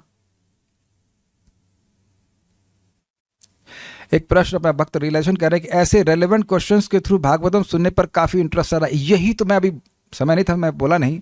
एक भक्त बोले कि हम 10वें स्कंद पे चले गए हैं, तो मैं खाली मन में सोच रहा था क्या ये उस तरह से गए जैसे हम लोग जा रहे हैं, लिंक समझते हुए, फ्लो समझते हुए कि यह क्यों कहा, अच्छा ये क्यों कहा, तो वह क्यों कहा, उस तरह से पढ़ लेता है व्यक्ति, लेकिन वैसा रुचि भागवत में आती नहीं है। तो परम पूज्य वृंदावन चंद महाराज हर बार हमको कई बार से बोले, वो जो लिंक बना देते हैं, उससे बहुत अच्छा लगता है कि यह श्लोक इसलिए कहा है और इसलिए यह श्लोक कहा है, तो उससे व्यक्ति को बहुत रुचि होती है। तो अगर वैसे समझेंगे तो इट इज इररेसिस्टिबल, है ना?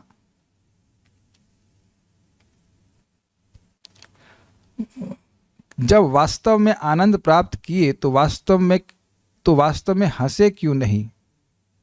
प्रहसन क्यों कहा गया है? I don't understand. यही बात बोल रहे हैं कि